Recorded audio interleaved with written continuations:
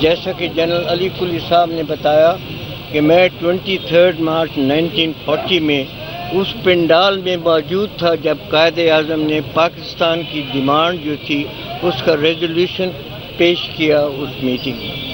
اسی جذبے کے ساتھ، جس جذبے کے ساتھ پاکستان بنا، ہم نے پاکستان فوج جوائن کی۔ اسی جذبے کے ساتھ ہم نے 65 کی لڑائی لڑی۔ اسی جذبے کے ساتھ ہم نے ساری عمر اپنی نوکری پاکستان فوج میں کی۔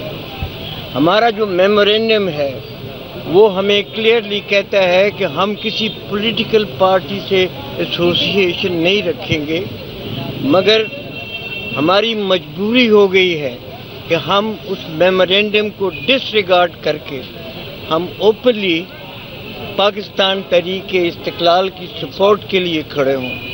وہ میں اس وجہ سے کہہ رہا ہوں کہ ہم نے،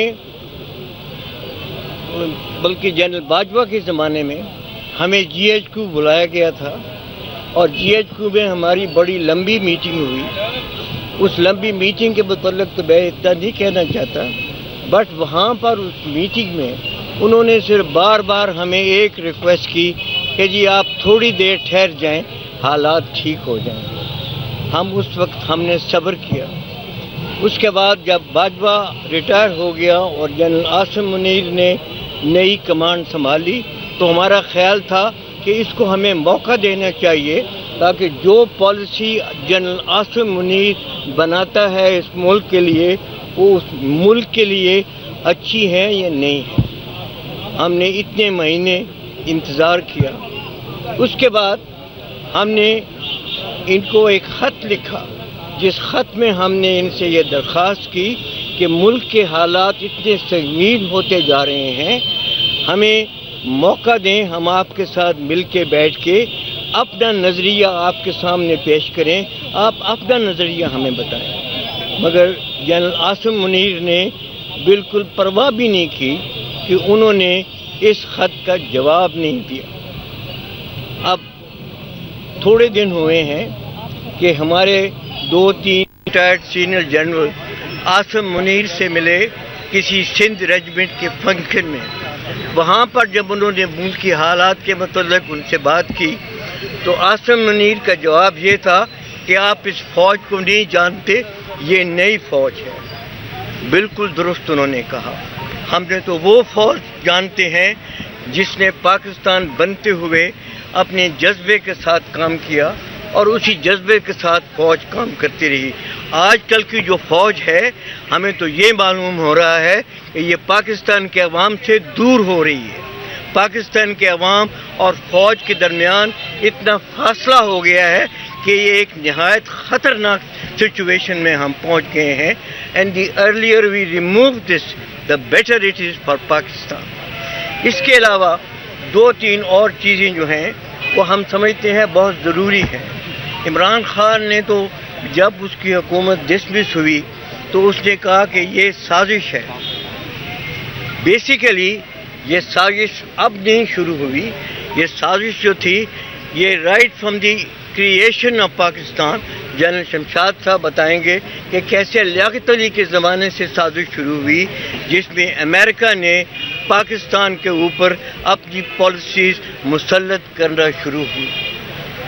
اس کے بعد ایوب خان نے اس جو تھی امریکن ہیجمنی اس کو اتنا مضبوط کیا کہ اس زمانے سے لے کر آج تک جو بھی پالیسیز پاکستان میں بنتی ہیں یہ امریکہ کی مرضی سے بنتی ہیں، ان کی خواہش سے بنتی ہیں۔ A time has come when we have to break these shackles of the American hegemony over this country۔ اس کے علاوہ جو مین چیز ہم اس وقت کہنا چاہتے ہیں وہ یہ ہے کہ یہ اس وقت پاکستان کا ڈیفائننگ مومنٹ ہے۔ اگر قوم اس وقت کھڑی نہ ہوئی تو یہ قوم جو ہے، یہ ملک جو ہے یہ تباہ ہو جائے گا۔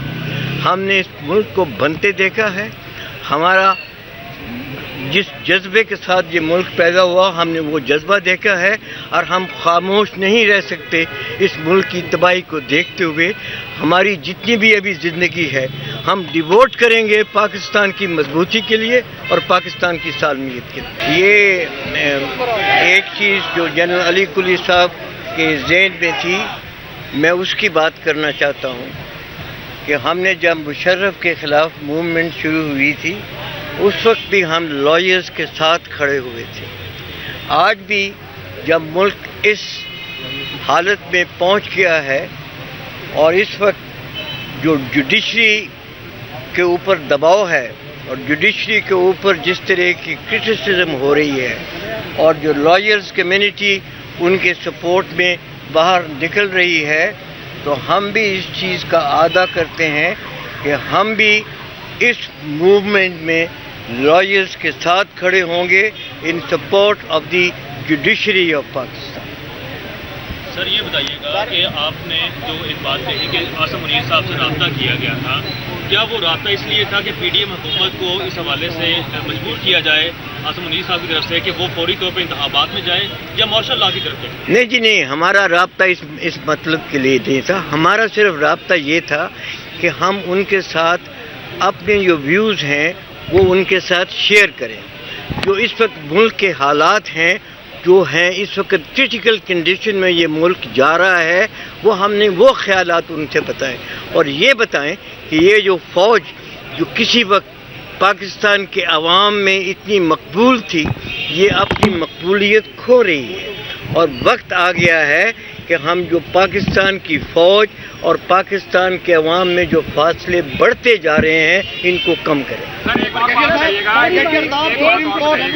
ایک اس میں اہم بات ہے کہ قمر جاوید باجوہ ہیں جن کی 4 سال پہلے بے انتہا تعریفیں کی جاتی تھیں اور انہوں نے عمران خان نے بھی ایڈمٹ کیا کہ ہمیں لانے والے وہ ہیں, اور جب حکومت ختم ہوئی اب آپ کے سامنے اتنے بیان بدلے جا چکے ہیں کہ امریکہ نے سازش کی, محسن نقوی نے کی, اب فلانے نے کی یا فلانے نے کی, تو اب قمر جاوید باجوہ برا ہے آپ کی نظر میں؟ یہ دیکھیں جی میری بات سنیں, یہ آپ کو کس نے کہا ہے کہ ہم باجوہ کی تعریف کرتے تھے یا باجوہ تھا یہاں؟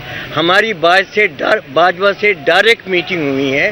ہم نے ڈائریکٹ ان کے سامنے اپنے جو خدشات ہیں جو ہمارے اس وقت جو پرابلم پاکستان فیس کر رہا ہے ہم نے ڈائریکٹلی یہ پرابلم ان کے ساتھ ڈسکس کی تھی.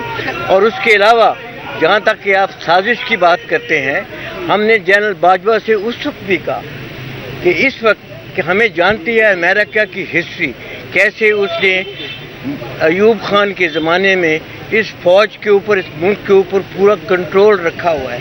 ہم نے باجوہ سے کہا کہ ٹائم آ گیا ہے کہ ہم امریکن ہیجمنی جو ہے اس کو توڑیں, مگر باجوہ کا جواب یہ تھا کہ امریکہ کو کرٹیسائز کریں.